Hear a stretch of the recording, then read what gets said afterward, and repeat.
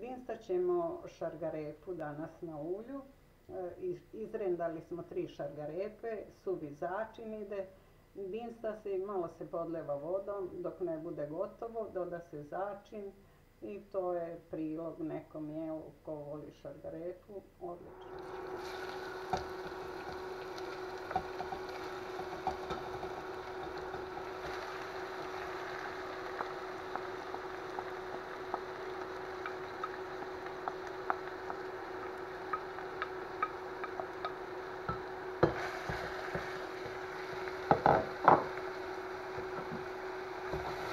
Dodat ćemo suvi začin.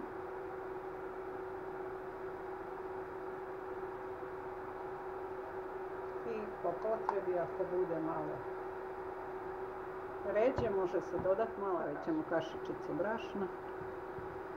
I to još malo samo da se uprži i gotovo je.